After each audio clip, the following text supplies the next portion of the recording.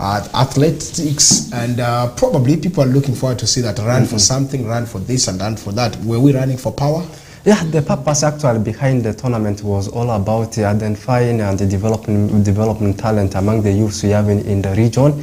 And we had so many districts within the region of West Nile that turned up for the tournament, and the Arua city, being the mother city within the region, was also part of it. And the districts, of course, had different participants, more especially for Arua City. They had, in fact, each district, of course, was given that opportunity to pick athletics from some of the secondary schools and the primary schools. And for Arua City, particularly, they were represented by some of the students from Mvara Senior Secondary School.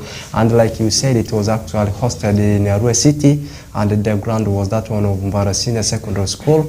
And as you can see on the screen, the overall champion, of course, is the district, that's Koboko Municipality, no longer district but municipality, that's Koboko Municipality, after emerging as the overall winner. Meanwhile, the winners on the side of the boys, of course, went to Arua City. Then on the girls category, it was Koboko Municipality that maintained it. And it's not going to stop there, it's still going to continue. That means the athletics that have performed very well, of course, they are going to represent the region, that's West Nile region, at the national level. As I said, the purpose behind the tournament was all about identifying and developing talent among the youths we have in the region. So it was marvelous. It was a brilliant tournament. It took place on Saturday, and we saw a lot of interesting things. Medals, of course, we are given to the winners from each event. So it was very, very brilliant.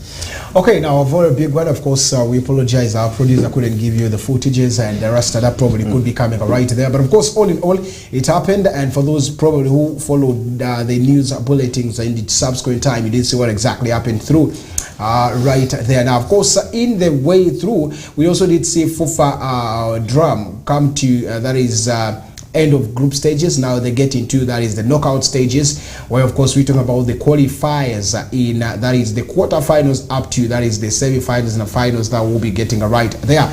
It's going to be a very tight one. Westnile was beaten by Bugisu and 2-0. But Bugisu needed 4 goals to make sure that they eliminate Busoga, probably or replace them. But all in all, it didn't work out for them. So it means that Westnile were table toppers, and they still went through to that is the quarterfinals. Now they will have to get the one who is of course in the other group to make sure that they get. But of course, already it's out. Westnile will be taking on Buganda. It's going to be the second time that they are facing each other in that is the knockout stages, or the last time it was in the finals in the inaugural FUFA drum. I remember that was a big one. I think in 2019. Yeah. So now this time around it is the 4th edition, and Westnile meets this in a quarterfinals. Before we get to that, what did you see Westnile's losing genuinely, or it was a hard pitch that Bugisu wanted to get the 4 goals? I think Bugisu played out the heart. That was what I saw. They really wanted to qualify to go to probably the next stages, and the 4 goals, like you say, I think didn't also come, and they wouldn't come. I expected Westnile at least to come up with 1 consolation goal based on all the people that they fielded in there. And but I also didn't expect that. I remember I did to that game we had some brief analysis and predictions with Benson in the house here in your absence, and I was like, I wasn't seeing Westnile winning that very game for the fact that one, it was an away game, and then secondly, I looked at the sum on the squad, which was put out by there is Samson Sizo Kuti, the guy from Westnile province. To me, there were a lot of names that were missing, but then he also had he already had issues with I think he had just the squad that he brought about. There is what he had to go with. Okay, and now of course one of the biggest thing that probably went in there was that issue of of course how the squad came in. But of course we did see names that were even not there on the squad sheet, but some players still came in there, like Rothomio Cromwell and the names like Okocha Rashid, who came through to make sure that they caught up with the team. A couple of names that probably went in there. Now Westnile, how did you see that game? Yeah, I saw it coming. I saw the defeat coming on the side of Westnile Province. Like you have just been saying, you look at the squad that played against the Bugisu Province. Not only that one, Bugisu Province, throughout they have actually been demonstrating a very good game. You look at the team that actually thumped the Westnile Province. I am talking about Busoga, and they played actually a draw with the team home and away. And actually the first game they played with Westnile Province when they were away at Ababet Grand Stadium, the province, Westnile, actually they were only the luck side to have got the win against Bugisu, and traveling away to Mbale, they had nothing to fight for because they had already sealed the qualification. They were only honoring the fixture, just playing for prestige. And in fact, it was only Bugisu that was fighting for something, the 3 points, not only the 3 points, and also to see that they actually score so many goals, to see that they surpassed the group stages, which of course did not work out so well for them. Actually, the defeat Western Province picked into the hands of the team Bugisu. To me, it was not a shocking result because, as I said, picking a draw with Busoga home and away and coming at the home ground of Western Province, and they picked that a hard win against them. I saw it coming, but so unlucky for them, that's a Bugisu Province. But Western Province, since they had already seen the person, I knew that they were not going to put a lot of effort into the game. So losing it into the hands of Bugisu, it was not a surprising thing to me. Now Westnile will be tussling it out against Buganda, and that's one big game that has been confirmed right there. Another fixture is actually against Lango. That is also another interesting one that you would be wanting to see in there. Let's start with Westnile. What are you expecting in these qualifiers this time around? Westnile up against Buganda, I really expect Westnile to pick up a win there because if you check at the previous games that they've had head-to-head, you'll actually see that Westnile has always beaten Buganda. It has never been a hard fixture for them. In the most recent, where Westnile emerged the overall champions, we saw Westnile going in to beat Buganda. Remember that game was played in Bugolobi. Coffee grounds, Westnile had to beat there is a team Buganda, and this time around I am expecting that Westnile is really going to beat a team Buganda. They should take up the most recent game that they had in Mbale where they were beaten by Bugisu, and they should take that as an example and work hard on it, check where the loopholes were, and then go in hard for there is a team Buganda, because this is the stage where everyone is expecting to proceed through to there is the next stage. This time around, table standings are not going to work, mathematics are not going to work. It's like you had earlier said, the knockout stages. Once you're beaten, you pack up your bags and go. So it wouldn't really be impressive for an overall champion to be beaten just like that in the knockout stages, minus proceeding at least to the semi-finals. So we'll be talking about Archigez, that's also another one, but still Westnile. We saw Buganda beating Westnile in the finals in their own soil at Greenlight Stadium. It was Vianney Sekajigo who was the sole scorer for that very moment. For that is the team of Buganda. Are we seeing a replica of that? Yeah, first of all, this is a very beautiful draw, seeing the defending champions up against the province that won it for that one. That was, in fact, it was a Buganda province that won it first before Acholi and the Westnile Province winning it afterwards. So Westnile Province, they have in the pressure to see that they actually defend the trophy. Meanwhile, Buganda Province as well.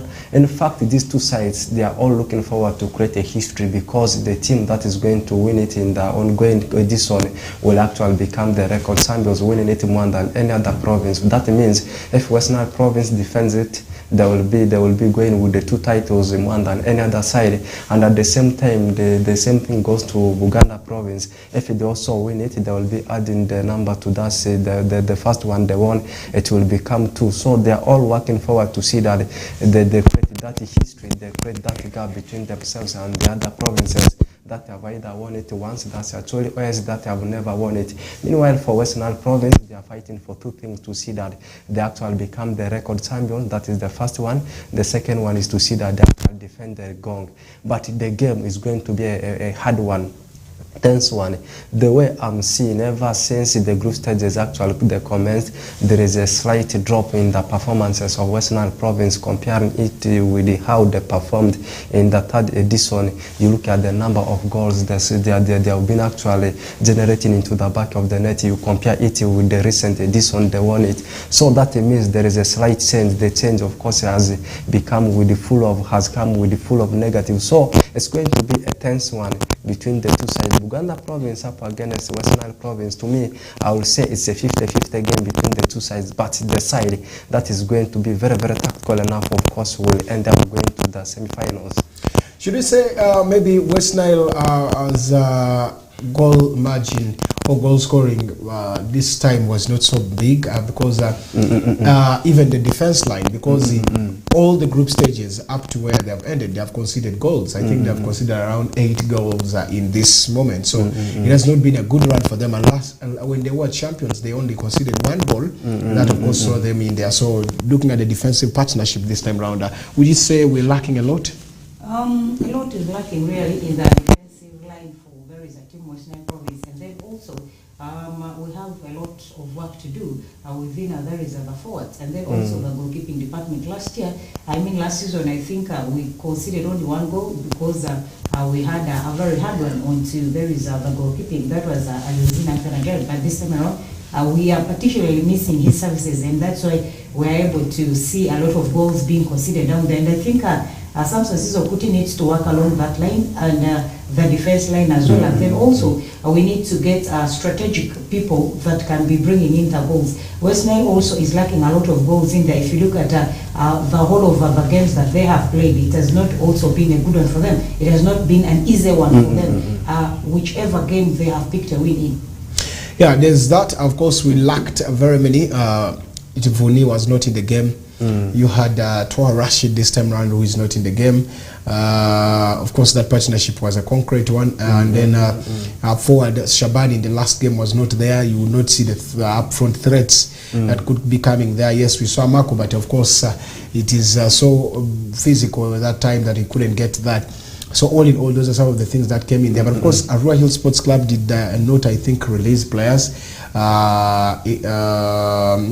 Wahab, Kawawa, Rashid did not come because, as I talk right now, Geriga Tendele is not in the camp of Arua Hill Sports Club. He's within Arua. He makes moves in there. So you couldn't count him as Arua Hill so much in there. That's why I went for the game. But otherwise, they have a game because they have not won any game.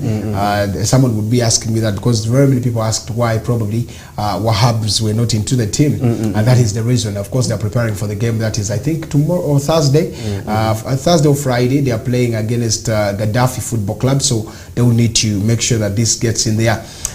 So that is one thing. But Shaban's absence, did he show something in that team of Westnile? Amaku Fred came as a replacement for Das Muhammad Saban. That's according to me. But football is all about the combination. We have ever been discussing this one. You cannot just go and pick a player just because the player has been performing very well maybe with the club. But do you have the combination? Like Muhammad Saban has always been a key figure for Westnile Province, and he understands. In fact, these players, the 3 amigos, the players who are always standing behind the goals, they have understood each other. Amaku Fred, if you take a look at the games, the ongoing, the group stages, the first 3 group stages games, of course, Amaku did not play any game. He was brought in newly, so the combination was difficult, the coordination was not there. That means him alone, though he has been doing it well with the Maroons, that means Westnile Province, of course, is a different team whereby you need the coordination, you need the previous combination. Muhammad Saban, of course, they missed his services. Toha, of course, like you said, they were only honoring the fixture, playing for prestige. There was nothing to include some of the key players into the team, because on the other side, of course, Arua Hill Sports Club, they also like a sister club to that Westnile Province, because they're also based in Westnile region. No need for you to risk some of the key players for Arua Hill Sports Club. Like you said, exactly, they need to also fight for something, even if a draw as a win, because 3 games already played, you have not picked anything. So against Mba, against the team Bugisu Province in Mbale, so I never expected some of the key figures for the team of Arua Hill Sports Club to have featured in the game which happened. So Amaku Fred, that guy needs time, and that time, of course, will come when he gets into coordination with the rest of the attackers. Okay, so it's a very big one. It's Westnile 4 times qualifies in, that is the knockout stages, ever since the inaugural. Of course, all the integration of this very FUFA drum, they have never failed. They have never been eliminated from the group stages. They have always reached up to that quarterfinal. So they are 4 times quarterfinalists, I should say. And then we have also the same with, of course, the team of no, Buganda, I think this is the third time for them, because the other time they were not really in there. So all these are some of the things that are coming out right there. But all in all, I want to say that West Nile needs to call the creme de la creme for the level that they have reached, because everyone is looking at West Nile as the champions, the defending champions. They need to put something, and they need to, because to me, I'm worried about the conceding of the goals. Every time now, you're reaching quarterfinals, it is now the best who have reached there already. That means you're going to meet up to semi-finals. So for you to avoid conceding goals is one thing, because you can be scored one goal and you miss it for all, and you don't score. So those are some of the things in that, but I think it's a very, very nice and tight contest between this very team right there. Another game is the Acholi game. Acholi is playing Lango Brotherhood Derby. They're all that side, and probably in so Lango going to support Acholi when they were they went up to Gulu to go and watch the game, give support to their brothers, and indeed it happened right there. So, Suji, what are you expecting in this? It's going to be a very tense game, and Acholi and Lango province. Much as they travel to support their brother, but they have that little bit of undercover rivalry, by the way. Acholi and Lango. Out here, they pretend they are their brothers and all that. If the other province is facing the other part comes and supports, but there is that low-key rivalry that they've always had, which has never gone away. And this time around, it's going to be a very big one for them, and it's kind of going to be tense. And Lango, this time around, has come in, by the way, for this drum season. They have come in to win the trophy, because I think they missed last season narrowly, and there is to West Nile in the finals. Of course, we all remember West Nile played it up against Lango province at Peche. And this time around, I think Lango is coming up to be the champions this time around, because the other season it was actually before West Nile equally picked it away from Lango in a very slim win, where actually, I mean, Lango also had won. But this time around, if actually is not so careful, Lango is coming to beat them. Will Lango win the trophy? I love the way how you have termed it, the brotherhood, the provinces, Lango up against Acholi province. If you take a look at these two provinces, I should say they are 50-50 in terms of preparation, in terms of quality. Like Susie said, Lango came close to win it last season. They fell into the hands of West Nile province. This time they are going neck to neck within the same home. But in football, of course, there has to be differentiation between the between two teams. This time it's in the province games, the drum games. West Nile, not West Nile, rather Acholi province up against Lango. I'm seeing a 50-50 scenario in this game, in this fixture. Like I said, I still want to go back. Buganda province, you talk about West Nile province and Acholi province. These two provinces, of course, they are looking forward to make a history. That history, of course, will come if any of them wins it. That means the province, of course, that's going to win it will become the province that has won it more than any other province. Of course, the tally will go to twice already. But Lango province, they are very hungry for the trophy. So against Acholi province, any side can win it, but Lango this time they having the upper hand to win it against their brothers. Okay, let's wait and see what exactly will be happening right there. But of course, the two sides will be tussling it out and see what exactly moves in there. There's Toro taking on Busoga. That's also another game. I don't know where you would be. Toro has been good. Busoga finished second. Toro finished first on their table. Toro and Busoga, it's also going to be a very tense one. And this time around, whoever went in to put the dress over this round. It is the way you people played. Any province that played made its draw. And the person has been so tactical. Look at the fixture of Lango and for West Nile, and then Busoga there and Toro. I think this equally is going to be a very tense one. And there is no side that I'm looking at as an underdog here in this current fixture that we're actually discussing. I think I will not go for any side. I will literally say, let the best side win. Okay, it's a very big one, and for me, I want to mention Teso and Chigezi. What would you say about it? Teso, Chigezi, actually, these are underdogs. Of course, they have not been going close to winning the gong. But it's Gezi, they have actually been a stubborn side. We may see them proceeding to the semi-finals. Toro, once though someone talks about Toro province, it reminds me of one club called Swana, and then they were rebranded as Toro. Was it a Toro? So at first it was Swana, and then rebranded as Toro. So they have always been doing well when it comes to football. So Toro, I'm seeing them going up to the semi-finals. We're taking a break, and of course when we come back we shall be giving you more of the updates coming in from other parts of that is the stories right there. As the U20 is one big one that we're talking about, and then we also do have what is called the big stories that are coming internationally, and some of the local scenes that are right there. I won't say let's take a break. We'll be right